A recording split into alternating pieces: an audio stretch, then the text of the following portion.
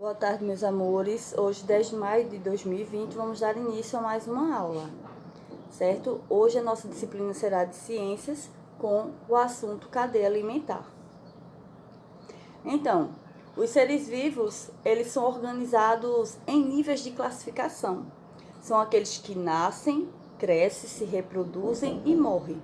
E eles são formados por unicelulares, ou mais de uma células, que são os celulares. Então, eles são formados por célula. Aquele ser vivo que é formado por uma única célula é chamado de unicelulares. E aqueles que são formados por mais de uma célula são chamados de pluricelulares. Além disso, né, eles têm características em comum, certo? E precisam de alimentos para sobreviver e também reagem a estímulos, respiram e possuem um metabolismo. Então, essas aí são a maioria das características que os seres vivos eles têm em comum, tá certo? No caso, nasce, cresce, podem reproduzir e morrem, né? Que aí faz parte de um ciclo de vida. Eles são formados por células, certo? E também eles têm a necessidade de se alimentar e respirar. A gente vê aí, né, os micro-organismos. Então, micro-organismos são seres vivos muito pequenos, que só conseguimos enxergar utilizando o microscópio. São exemplos dos vírus, as bactérias, os protozoários e alguns fungos. Então, vejam só. Micro-organismo é o nome dado a todos os organismos compostos por uma única célula. Então, eles são unicelulares. E que não podem ser vistos a olho nu, por ele ser muito pequeno, certo? Então, eles só podem ser vistos apenas com o auxílio de um microscópio. Logo, esta é uma classificação artificial. E sob o nome de micro-organismo, eles podem estar reunidos organismos pertencentes aos mais diversos grupos, como, por exemplo, eu já tinha falado, né, que são vírus, bactérias, fungos, unicelulares e protistas. Então, vejam só, esses micro-organismos, essa imagem que vocês estão vendo aí, tá? Então, eles podem causar algumas doenças, certo? Vamos dar alguns exemplos aqui de alguns micro-organismos e algumas das doenças também que eles podem causar aos seres humanos, tá bom? O vírus. Qual uma doença causada por vírus? A gente pode dar o exemplo de dengue, febre amarela, AIDS, sarampo, catapora e rubéola. Bactérias. A gente pode dar o exemplo de doenças como tuberculose, cólera, hanseníase e tétano. Doenças causadas por fungos, a gente pode usar micoses de frieiras. E protozoários, que também é um micro-organismo, eles podem causar doenças como a doença de Chagas, amebíase, malária e giardíase. Aqui a gente vai observar duas doenças diferentes, tá? Uma causada por vírus, que é a catapora, que é esse bebê que tá aí todo manchadinho, isso aí é catapora, é causada pelo vírus, certo? E na imagem seguinte, na boquinha da criança, a gente pode observar umas manchinhas brancas. Esse aí é chamado sapinho, ele é causado por um fungos. Então, esses dois micro-organismos aí causam doenças, tá certo? Então, agora a gente vai ver a alimentação e energia. A principal fonte de energia para os seres humanos, ou quer dizer, seres vivos, todos em geral, né? Da Terra é o Sol. Então, a nossa principal fonte de energia é o Sol. Então, os seres vivos, eles dependem direta ou indiretamente da luz solar. As plantas, por exemplo, elas precisam dessa luz para produzir o seu próprio alimento, tá certo? Então, a energia, ela é necessária para que os seres vivos possam se movimentar, crescer, também se desenvolver e se reproduzir. É um dos alimentos que os seres vivos retiram energia. Então, a luz solar, certo, é a nossa principal fonte de energia.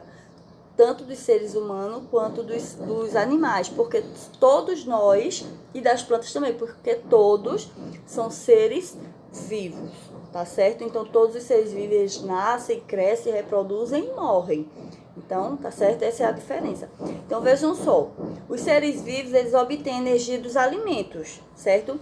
E a forma de obtenção de alimentos pelos seres vivos, ela vai variar. Por isso, eles podem ser classificados de acordo com a maneira que obtêm o alimento. Por exemplo, os produtores. O que são produtores? Os produtores são aqueles seres vivos capazes de produzir o próprio alimento, né? Como é as plantas e as algas. Então, esses organismos produtores, eles são capazes de produzir seu alimento, que são chamados seres autótrofos, certo? Eles são sempre encontrados no início da cadeia trófica. Normalmente são representados por organismos fontetizantes, certo? Que aí no caso é as plantas. Então, seres produtores são aqueles que produzem o seu próprio alimento. Já os seres consumidores são organismos que necessitam alimentar-se de outros, certo? Porque eles não produzem o seu alimento. Por isso, para obter sua energia, eles precisam de outros organismos. Esses seres são chamados de heterotróficos, certo? Os consumidores, eles podem ser classificados em consumidores primários, secundários e terciários, certo? E também os consumidores são aqueles que se alimentam de produtores, certo? Enquanto os secundários alimentam-se dos primários e os terciários alimentam-se dos secundários e assim por diante. Isso tudo faz parte da cadeia alimentar. Então, produtores, lembrando, tá? Produtores, os que produzem seu próprio alimento. Consumidores, aqueles seres vivos que não produzem o seu próprio alimento e consomem outros seres para obter a energia necessária. Temos também aí os decompositores, certo? Que são os seres vivos que se alimentam da matéria orgânica e a transformam em substâncias que serão reabsorvidas pelo ambiente no processo da decomposição. Então quer dizer o quê? Que esses organismos decompositores, eles realizam a decomposição. Quando aquela fruta ela está ficando podre, ela está se decompondo, certo? Então a gente chama de decomposição. Esse processo que os seres retiram da matéria orgânica, aquela matéria morta. No caso, só quem necessita dessas matérias mortas são os decompositores, certo? Então, continuando aqui. Então, organismos que realizam decomposição. Processo em que esses seres retiram da matéria orgânica morta a energia necessária para a sua sobrevivência e devolvem importantes substâncias para o meio. Como é um exemplo de organismos decompositores, podemos citar os fungos e as bactérias. Então, as bactérias eles são seres decompositores, porque eles se alimentam de matéria morta. Aquele animal que morre e ele fica podre, né? Ele está alimentando os seres decompositores, aqueles fungos, aquelas bactérias, certo? É importante destacar que os organismos decompositores, eles atuam em todos os seres vivos na cadeia, tá certo? Então, por isso, muitas vezes, não são representados na cadeia alimentar. Agora, vamos ver o que é a cadeia alimentar, né? Cadeia alimentar quer dizer sequência linear da transferência de matéria e energia em um ecossistema, na qual é possível observar uma sequência de organismos, certo? Servindo de alimento para outros. Então, a cadeia alimentar, também chamada de cadeia trófica, pode ser definida como sequência linear de transferência de matéria e energia em um ecossistema, na qual é possível observar uma sequência de organismos servindo de alimentos para outro. Então, essa transferência se inicia por um produtor, certo? Quem é o produtor? O Sol. O Sol produz a energia que todos os seres vivos precisam. Então, ele é um ser produtor. E ele sempre finaliza com um decompositor, sendo essa transferência unidirecional. Então, a seguir a gente vai descobrir, né, mais sobre a cadeia alimentar. A gente vai conhecer seus componentes, como é o exemplo para a gente entender como a extinção pode afetá-la e por que ela não é a melhor forma de representar as relações de alimentações em um ecossistema. Então, os componentes da cadeia alimentar, né, são em 3 categorias que eu já tinha falado: os produtores, os consumidores e os decompositores, certo? Como tá aí na imagem, ok? Então, a gente percebe, portanto, que cada um dos componentes da cadeia alimentar caracteriza-se por ter organismo com necessidades alimentares em comum, certo? Os produtores de um ecossistema, por exemplo, ele destaca-se por serem autotróficos, enquanto todos os consumidores primários, eles caracterizam-se por se alimentar dos produtores. A cada grupo de organismos que apresentam essas necessidades semelhantes, a gente dá o nome de nível tróficos. É esse aqui que a gente tá vendo aqui agora, tá certo? Então, a gente pode observar nessa imagem aí, tá? 2 exemplos de cadeia alimentar. Uma cadeia alimentar terrestre, certo? E também uma aquática, né? Que a gente pode dizer aqui que é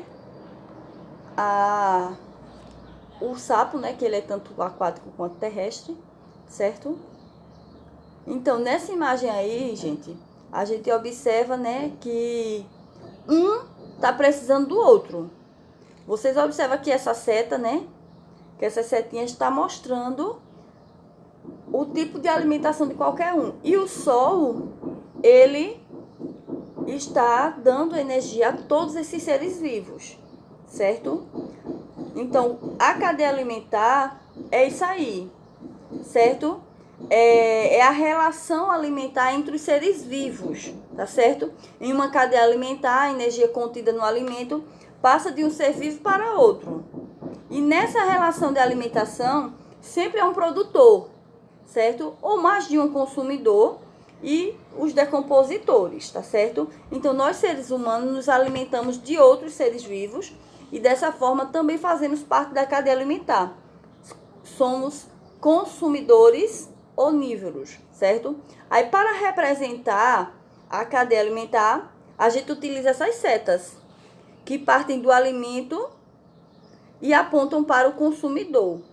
Vocês observam que nessa imagem aí, vocês veem que o Sol, ele está alimentando a planta, certo? E quem está se alimentando da planta? O grilinho. E quem está se alimentando com o grilo? O sapo. Quem é que vai se alimentar do sapo? A cobra. E quem é que vai se alimentar com a cobra? A ave, certo? E quando a ave, todos esses animais aí, quando a gente come, a gente vai, né, colocando aquele alimento que a gente utilizou para fora. E naquela, vamos dizer assim, as fezes, vai ter nessas fezes o consumidor, que são os vírus, as bactérias e os fungos, tá certo? Então, os cogumelos aí nessa imagem, eles são seres decompositores, certo?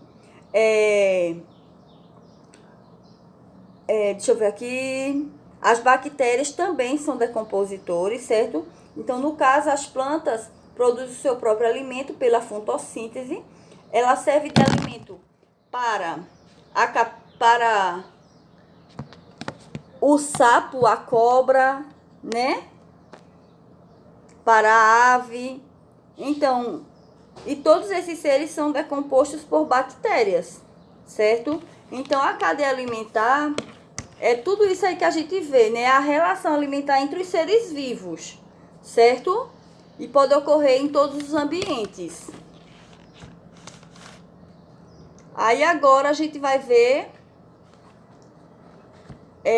a cadeia alimentar. Vamos dar um exemplo de cadeia alimentar aquática, né? Na área aquática também acontece essa cadeia alimentar, né? Porque também há vida, né? São seres vivos.